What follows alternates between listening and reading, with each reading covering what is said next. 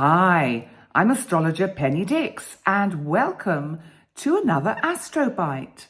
And today, the 12th of January, Sunday, we're going to be taking a look at the active and adventurous planet Mars, the god of war. Now, Mars, of course, is retrograde now in Cancer. And Cancer is, of course, the sign of the home, the mother, nurturing, caring, feeding. And it's making this very helpful aspect, trine aspect, to Neptune that rules Pisces and that is in Pisces. Neptune, of course, is about our imagination, our dreams, but it can also be confusion. It can be illusion, delusion. It can be disintegration. It can be that inability to somehow hold grains of fine sand in our hands. They just slip through. So in the event chart, I think what is interesting is that Neptune is in the 7th house, which of course is representative of significant relationships. And Mars is in the 11th house, about hopes, dreams and wishes. But it's retrograde in Cancer. Think back to last year when Mars was also in Cancer. Were there projects or dreams or ideas that you had that you weren't sure how to initiate or you had doubts about? Because today, I think, would be a good time to relook at some of those ideas and plans and dreams. And it may be that intuitively, you actually can tune in better to what would be a helpful way forward with any dreams and plans you've got, especially if they involve making quite significant changes in your life. The midheaven of this chart is Gemini, which of course is all about communication. And retrograde Jupiter is here. Now, Jupiter, of course, expands everything. Jupiter is also about luck, opportunity. It's about abundance and, just that wonderful feeling of generosity of spirit. But of course, in Gemini, it can mean that we overthink, overspeak, say too much. And that because it's retrograde, it's about, I think we could find ourselves going back over old ground around the energy of today, which may be yesterday, Saturday, today, Sunday, and even tomorrow, Monday, where we have the full moon in Cancer. And, what is interesting is the full moon, of course, is going to be conjunct Mars. So the full moon will also be making a trine to Neptune. Neptune really, I do feel, is about the intuition. And there's something about the energy this year where I feel we are all going to be able to get out of our own way much more, to be able to not overthink situations, but to be able to actually hold on to that first thought, to act upon our first thought, because the first thought is your intuition. And if you are being prompted by the cosmos to make maybe some dramatic change in your life or in your career, in a relationship, within the family, then I feel the energy today in particular is very helpful to make some insightful kind of roads into what you are looking at changing. Mars, I think, is going to be helping you cut through, make a way through, to enable the cosmos to take care of the details. Because when we have a plan, when we have an idea of something we want to bring into manifestation, that we want to change, then if we're too fixed about the outcome, the universe doesn't have much leeway. It doesn't have much kind of room to be creative with the outcome. And I think one of the most important things that perhaps for all of us would be super helpful this year is to recognize that by getting out of our own way, by having the intentions, but standing back and letting the divine, the cosmos, show us the way and show us the path that is best for us, that is for our highest good and the highest good of all. Because ultimately, that is what will help you raise your consciousness up to these levels that Pluto in Aquarius is urging you to kind of create, to transform. The sun today, interestingly, is coming up also to make a lovely trine to Uranus in Taurus. Now, Uranus also is still retrograde, although it goes direct at the end of this month. The sun in Capricorn, because Capricorn is austere and a little bit cool, and please don't take that the wrong way, Capricorn natives that are watching. It's just Capricorn likes order and security and boundaries. And Uranus rules Aquarius, where Pluto is. Uranus breaks down boundaries and borders. And I think some of the rhetoric we are hearing on the world stage is very much in keeping with the energy of Uranus in Taurus as it prepares to turn direct to bring about the kind of world changes, significant changes that everyone will be kind of thinking, really? This is going to happen? And so the energy today, and the full moon video that I've done for tomorrow should be up on my channel by now.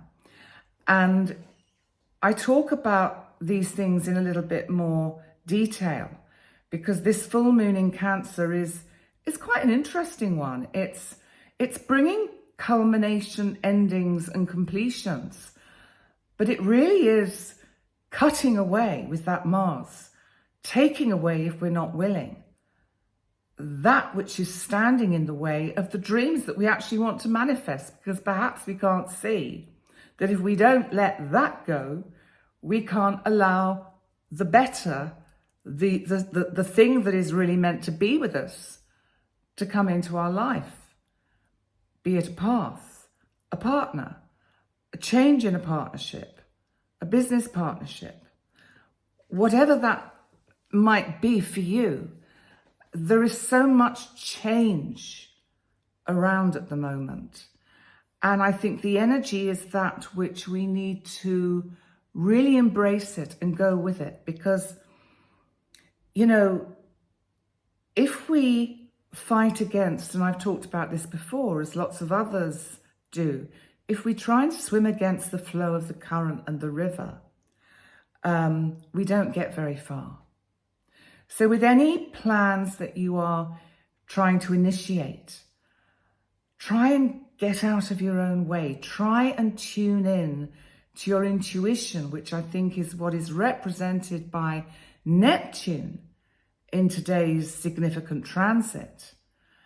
Being trined by Mars in Cancer, Cancer, another incredibly intuitive sign, because the moon rules it, and the full moon is going to be in Cancer tomorrow. Mars, I think, is in this position here of helpfully cutting and pruning.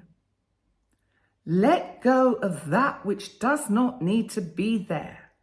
Don't complicate or try and put too many things in place that don't need to be there yet. Have faith and trust the universe. The universe will sort out the details. if we give it a chance. So my word for the day, of course, has to be intuition. And of course, I've got some quotes for intuition. So here are some quotes that kind of highlight, define intuition, that gut feeling that we have. So Dean Koontz said, intuition is seeing with the soul. Ray Bradbury said, your intuition knows what to write, so get out of the way. And that is so true. If we just let it flow, if we, sometimes it's good to just creatively write, to ask the universe a question, ask the cosmos a question, ask a planet a question. Say, hey, Saturn, what are you trying to teach me at the moment? And see what the answer is that comes through. Just write it down. That's how we connect. You ask. We just have to ask. And the answer comes through our higher self, which is that conduit to the higher frequency of the energies that are out there, be it the cosmos or cosmological energies or the star being energies. But these are the energies that will connect us and guide us. Albert Einstein said, the only really valuable thing is intuition. It is so true. And Steve Jobs said, intuition is a very powerful thing, more powerful than intellect. When we get those ideas, we should act on them. Not think, oh no, that's silly. Or if it suddenly pops into our mind, call so-and-so. Oh no, they're probably busy, or they're doing this, or they won't want to speak to me today, and we start making excuses. And then we later find out that that person was thinking, gosh, I'd really love to talk to you. And I thought you'd be busy, and so I didn't.